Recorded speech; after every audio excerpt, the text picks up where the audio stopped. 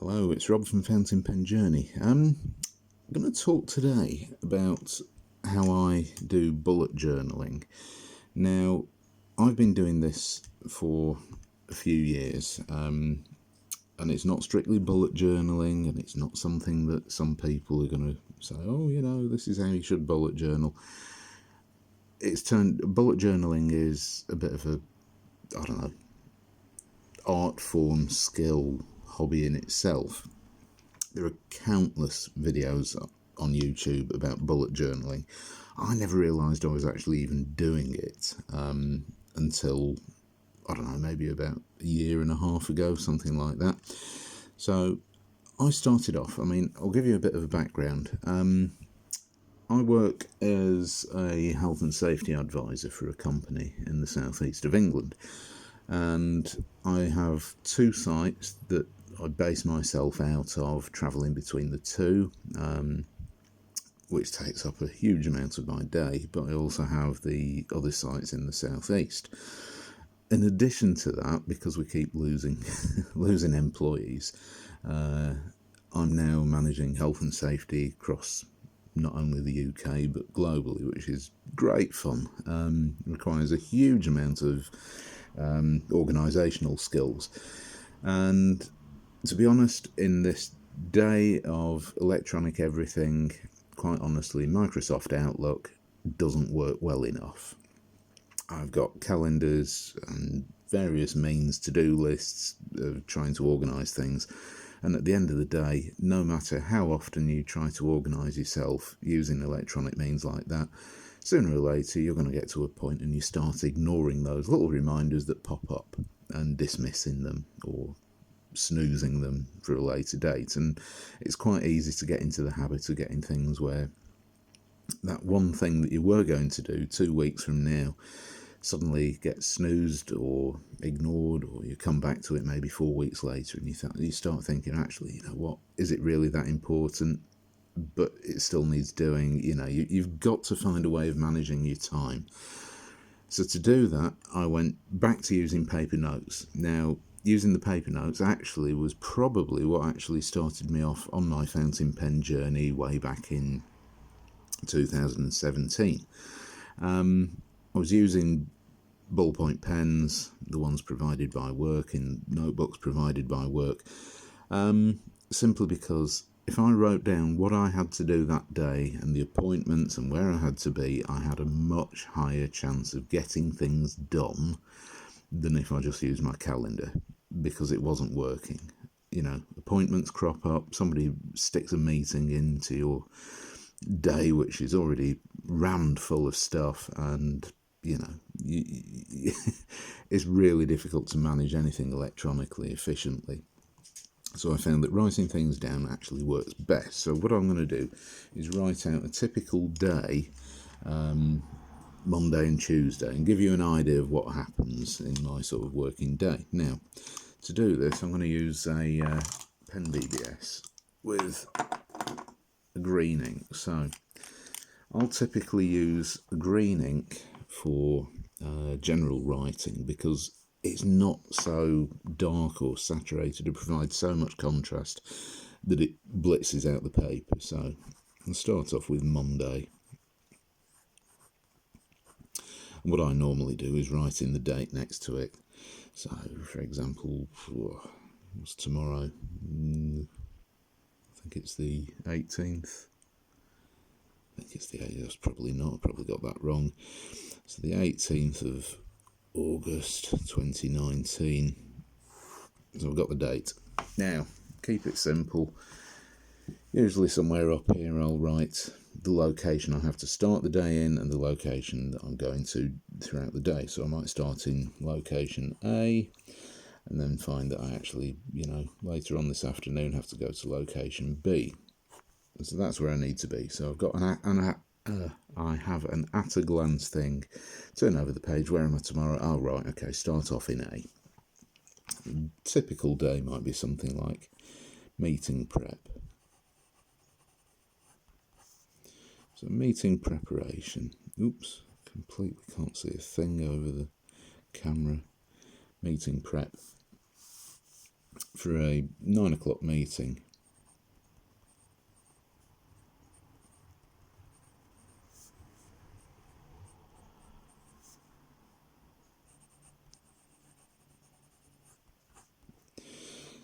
So that's basically all I need for the start of the day. Then I might go through, so maybe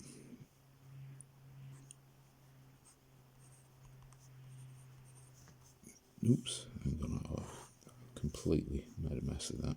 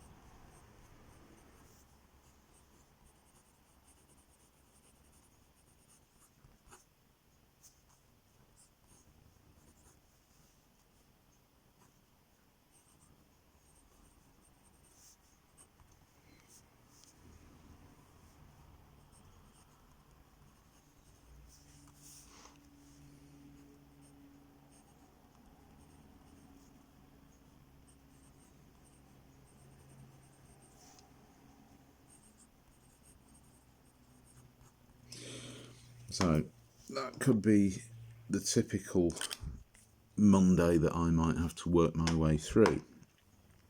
So if you notice, what I've done is created a structure to this, and it's quite simple. I use the margin, really useful. Just put the times in there, so you've got a chronological order throughout the morning. You know, these are the things at a glance. This is your location. These are the times. Now, things like health and safety meeting might need a few extra notes in case I need to write anything additional in that I need to remember to take to the meeting. Health and safety catch up, it's just a reminder. Now what I've used here is this little dash, and I use dashes a lot. They are little reminders. It's almost like a bullet point. Dashes are my go-to for things that, need to think about that. Health and safety inductions, 3 of those in room 1, 11 till 12. Have my lunch, 12:30 till 2, got to create a report for the board of directors. Simple as. But then I may need to go down to the other location, so to do that, what I'll probably do is simply do a simple arrow telling me that I have to go to location or site B. Now, I could do another coloured ink for site B. Some people may wish to do that. I don't. I generally, if I've got an arrow and a B or some other denomination telling me where to go, I've got that prompt. So I'll carry on doing this.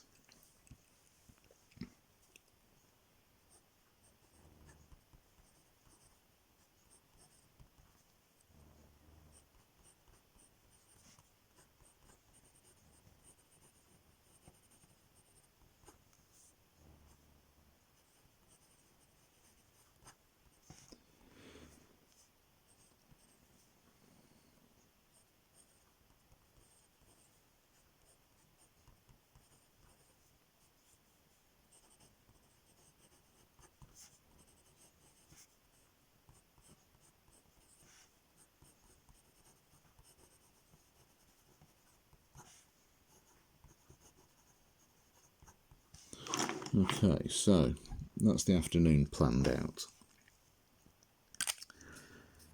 Go down to site B, health and safety inspection in stores, 3 till 4, then 4 till 5, write up the inspection report and send it out. Now, you know how busy I said I was. My working day never runs to this sort of schedule. This is what I need to write up. Usually on a Friday, I might do a day per page, A4 page, plan out my week like this, because if I go off Microsoft Outlook looking at the calendar and getting the reminders, I'm never going to remember it. I'll forget something, I'll be writing the board report, and at I don't know, 3 o'clock, suddenly realise, oh, damn it, I should have travelled across town to go to the next site. So, yeah, I've got this in front of me all the time. I can refer back to it, make notes, scribble all over it, do whatever I need to do. Now, I may have something important come up, and of course I'm going to use a red pen. So I might have something like, and I might simply use a dash, and we could have an incident, investigation.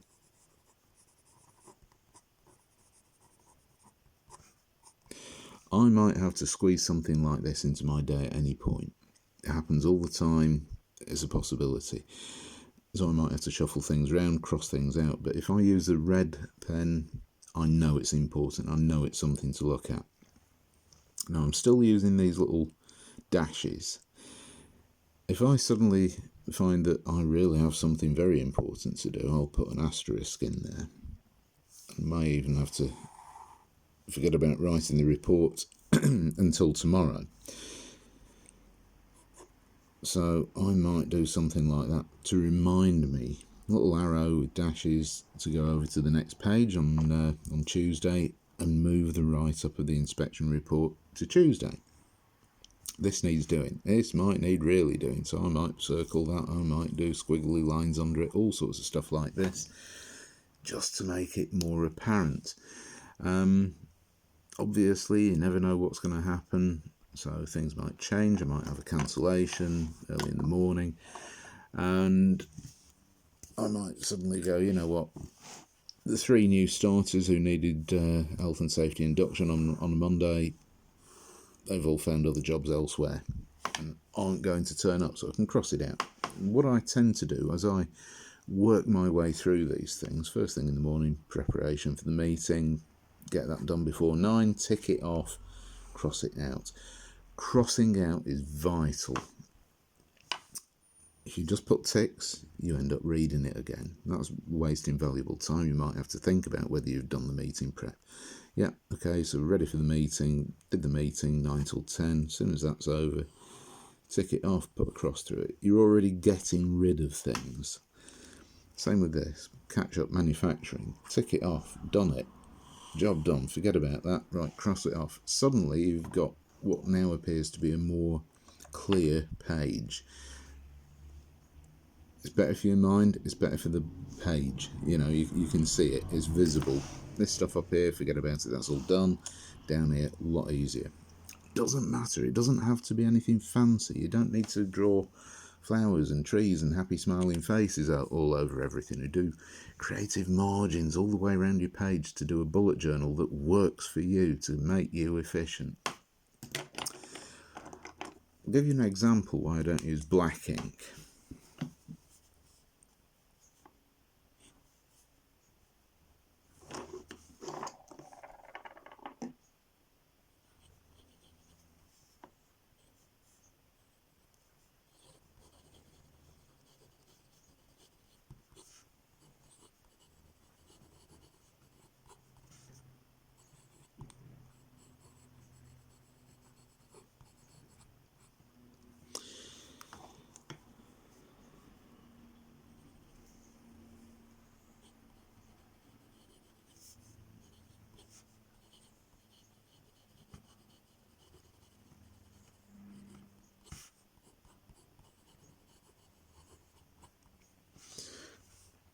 Right, 2 more things that I typically have to slip into my working day. See the operations director about budgets, or talk to occupational health about an issue with an employee, something like that. Black ink provides a huge amount of contrast, and you find that in comparison to green ink, it stands out an awful lot more. It's also a lot harder to get rid of. So I've seen the operations director, so I can tick that off. Still looks like it's there. I'm going to have to really use black ink to scribble out, because the green ink that I need to write my average everyday notes. You know, it's not going to cut it with a contrast like that. You'll also notice that here I've used a little dot. I've made a sort of bullet point, if you like. I use these little bullet points for reminders that really aren't important. These are all nice to haves. This isn't something that I absolutely have to do. This is something like, didn't talk to occupational health today, but I'm not bothered about it too much. It's something that I can do tomorrow or the day after. It's not urgent. Whereas something like this, the incident investigation, yeah, that needs looking at. I need to do something about this ASAP. So that gets transferred over to tomorrow. So what I'll do is write this onto Tuesday's notes. And there we go. What I'll do, because I don't want to forget to talk to occupational health, is basically transfer this across onto the next day. So I'll go to the bottom of the following day's page and basically write that out again with the same bullet point. If it starts to get urgent, then I'm probably going to start thinking, well, you know, maybe I need to do a dash, or if it's getting very urgent, then I might even need to do my trusty asterisk and underline it. There are all sorts of things you do use, but keep your bullet journaling simple. You only need 4 symbols, you know.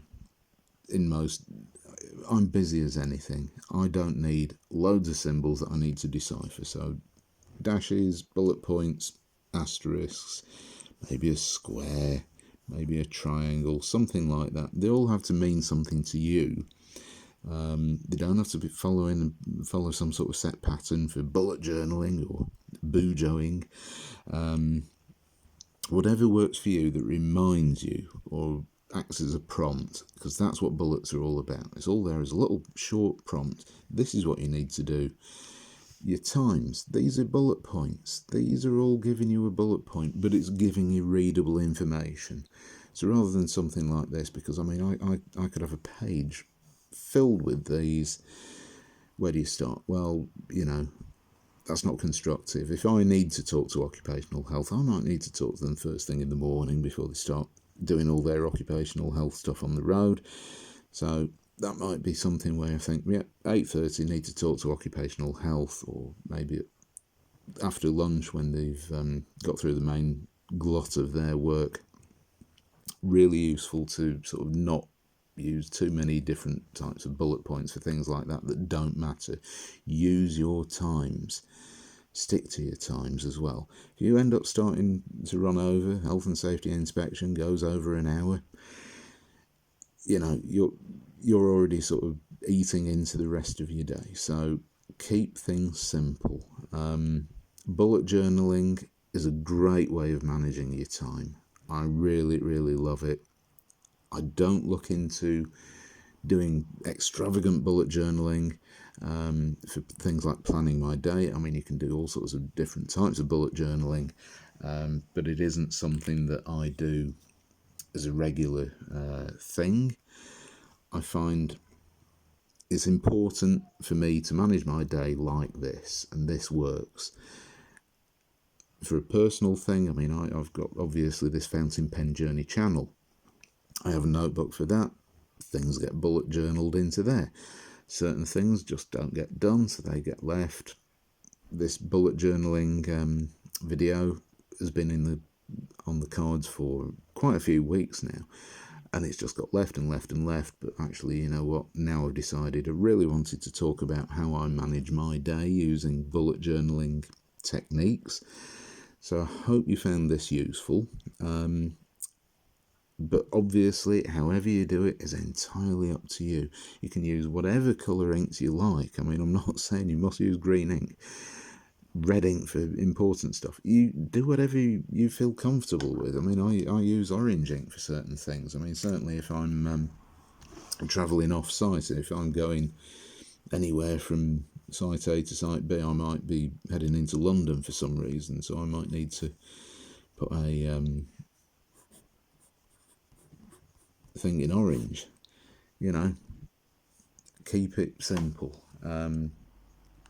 Obviously, you've got a whole world of inks and different pens being into fountain pens, which opens up a whole new world of bullet journaling. So you can do all sorts of stuff, and it doesn't have to be neat. It doesn't have to be something you have to refer back to. I mean, you consider my working day, where I've got page after page of these sort of pages all crossed out. I don't need to refer back to them. So it can be messy as you like. You can jot notes down left, right and centre.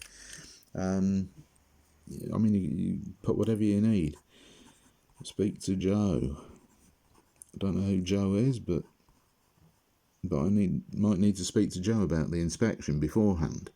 Stuff like that, just to give them a heads up. So, all really, really useful little techniques to plan your working day or daily activities, whatever they are, so it's more efficient and you don't end up doing what a lot of people tend to do, using Outlook for planning everything, and it doesn't work because you just dismiss those things. All those reminders, they always look like they're important, but they're not. You dismiss all of them. You're ignoring all of them. Whereas this, if you keep writing something like, I mean, for example, down here, talk to occupational health, I might decide that this goes on for a day or two.